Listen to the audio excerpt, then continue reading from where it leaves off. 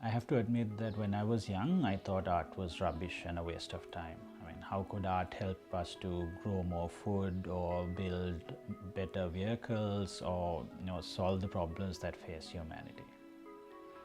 And now in a way I realize that without art we can't solve any of those problems. I mean, you have art in any design, right? There is, whether it's architecture, whether it's product design, whether it's a user interface, there is art in that.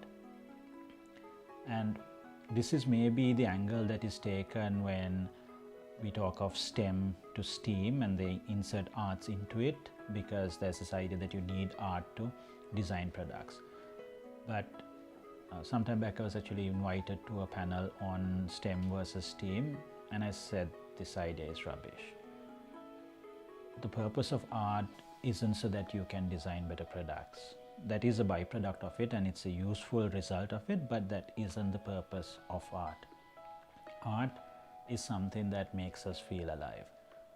It isn't the only thing. I mean, you can have a sense of awe and wonder by looking at some object of natural beauty or by solving a difficult problem, but art is one of the most accessible ways where we can feel alive. And without art, I don't think we can be human. So accessing art, I think, is two parts.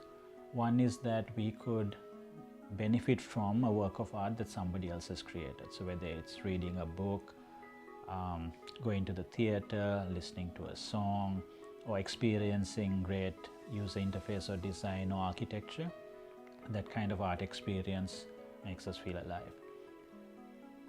But it's not enough, I think, to only experience other people's art. We have to use art to express ourselves. So whether this is doodling, whether this is singing in the shower, whether this is photography, whether it is even product design or poetry, it doesn't really matter. But art is a way that we express ourselves, and that sort of expression is really important to have. And in this sense, obviously education around the arts is important. But how do we do this? So this picture is an assignment from a leading private school in Sri Lanka. And when I saw this, I was really sad, because I mean, this is how you get children to hate poetry. If you engage with poetry this way, why would you ever pick up a book of poetry and read it? Because it's all about just being assessed on it, right? It's not about finding the joy and beauty in this poetry. Last year when we were traveling, we at a Midsummer Night Festival, there was this place where there was art equipment. We asked Sahil whether he'd like to paint. He said yes, so we waited in the queue. We got the paper, we got the paints, and when we gave it to him, he looked at us and he asked, what should I draw? Because that's how even in preschools children engage with art, right? They are given the material and they're told, today we're drawing a cat, today we're drawing a house, and then you draw it like that.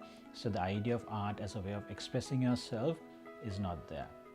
So I was sad when he asked that question, and I told him, just draw whatever it is that you feel inside, just draw whatever it is that makes you feel alive.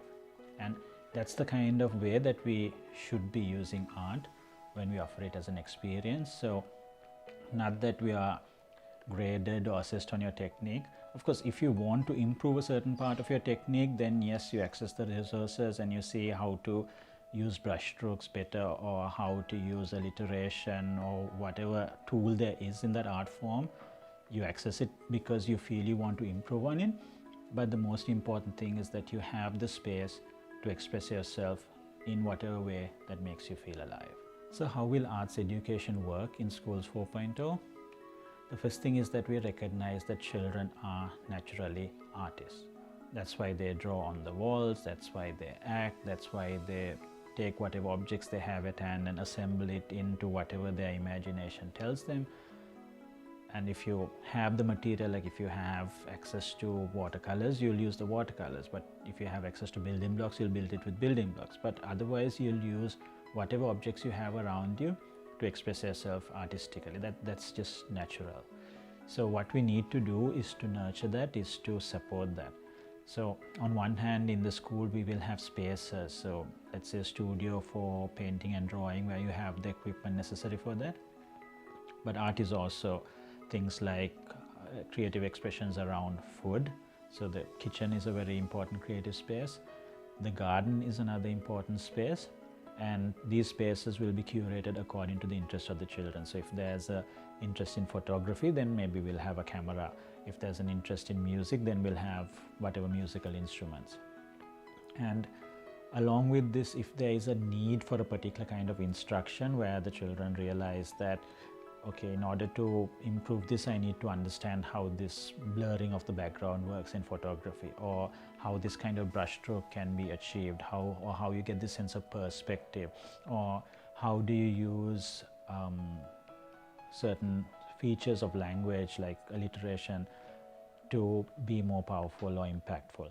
So when those things are recognized, then we can bring in the resources to support them, and this could be online tutorials, or it could be a human tutor, or it could just be an artist who's coming in to share their experience, because this would be those inspirational encounters where you connect with somebody who is passionate about whatever their art form. So whether it's writing books or poetry or singing or acting or pottery or architecture, we can connect children with people who have that sort of inspiration, as well as, of course, enjoying the products or the output of that. So going to the cinema, the theater, concerts, exhibitions, because not because you have to go, but because when you go there, you have this sense of wow, and like, wow, this is so beautiful and I like it.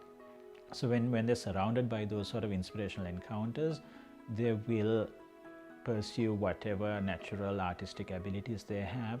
They'll be interested in experimenting with other art forms, because they can see that, oh, my friend is doing this with this instrument, this seems interesting, let me also give it a try. And you'll experiment like that. You'll find art forms that you enjoy and you will pursue it. So art will exist as a means of expressing yourself creatively and as a means of enjoying the beauty of art that somebody else has created, which is exactly what art should be.